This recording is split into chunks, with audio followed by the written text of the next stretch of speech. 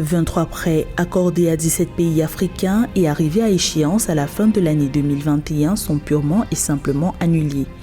Selon certaines sources, il s'agit d'importants montants estimés à des milliards de dollars. Premier créancier de l'Afrique, la Chine s'était déjà engagée par le passé à des opérations de restructuration de dettes au Congo, en Angola ou encore dernièrement en Zambie. Un cadre de surveillance budgétaire sera établi au Nigeria. Une mission de développement des capacités du Fonds monétaire international s'est rendue dans ce pays dans le cadre d'une démarche stratégique visant à aider la Commission de responsabilité budgétaire dans ce sens. Le franc CFA a connu une dépréciation historique de 11% face au dollar depuis le début de l'année 2022, induit par l'affaiblissement de l'euro.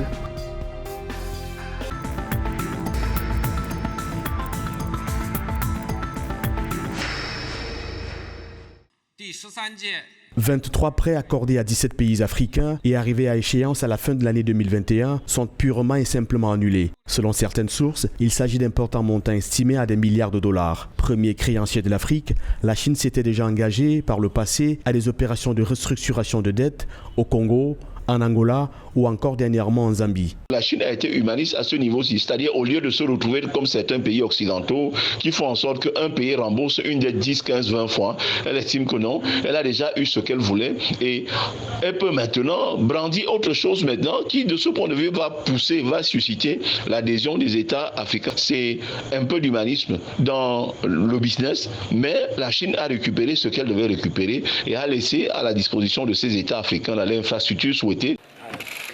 Sur le continent, ces créances totales sont évaluées à 150 milliards de dollars depuis le début des années 2000. La Chine a intensifié ces dernières années ses investissements sur le continent. Les États africains devraient lancer en 2020, en pleine pandémie de Covid-19, un appel aux partenaires internationaux pour procéder à l'annulation de leurs dettes afin de permettre aux économies africaines de faire face à la crise économique créée par la pandémie. La générosité chinoise, mise entre guillemets ici, ne cache rien du tout à mon sens. En fait, c'est que les Chinois estiment que, ayant déjà eu l'essentiel, la Chine veut simplement augmenter sa présence. Donc, au lieu de se balader encore avec cette queue de dette qui ne rapporte rien aux Chinois, la Chine estime qu'il faut tourner la page et passer à autre chose. Cette annulation de la dette par la Chine est une véritable bouffée d'oxygène pour les États africains. Cependant, le geste reste très modeste comparé aux investissements chinois globaux en Afrique. Jusqu'ici, le pays était l'un des plus gros créanciers du continent, notamment dans des pays comme Djibouti, la Guinée ou le Cameroun.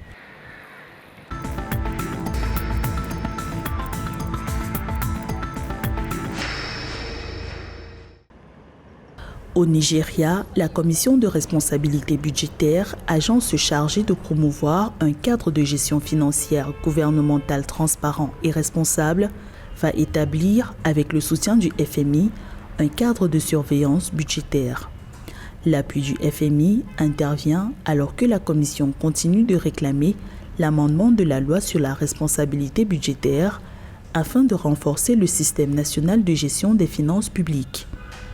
Dans son plaidoyer, Victor Mourwako, président de la Commission, argumente que cet organe de surveillance va placer la Commission dans une meilleure position pour soutenir la viabilité de la politique budgétaire et redresser la gestion des finances publiques au Nigeria.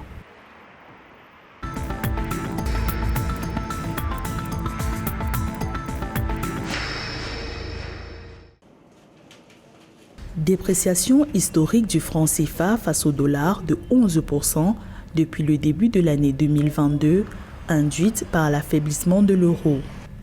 Selon les analyses macroéconomiques, la plupart des devises des pays émergents ont subi des dépréciations spectaculaires du fait de la riposte anti-Covid et ses graves conséquences sur les économies. Dans ce contexte, les services de la dette constituent le poste le plus impacté par ces fluctuations. Aujourd'hui, un dollar vaut 658,23 francs CFA.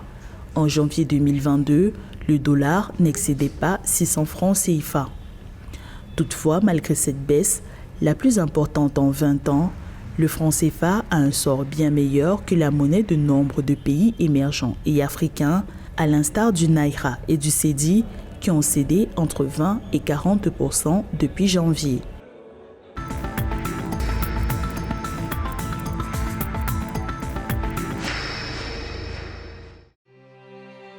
400 millions de dollars, c'est le montant de la subvention que le gouvernement de la République démocratique du Congo prévoit débloquer pour compenser la hausse des cours mondiaux des produits pétroliers exacerbée depuis le début de la guerre en Ukraine.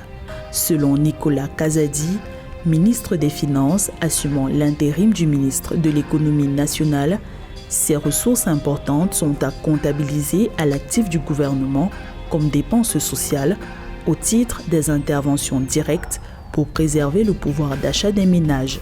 Cependant, fait-il remarquer, pour des raisons de transparence et de gestion saine des ressources publiques, un certain délai est nécessaire au gouvernement pour procéder à l'évaluation et à la certification des pertes subies par les sociétés pétrolières avant d'envisager le décaissement de la subvention.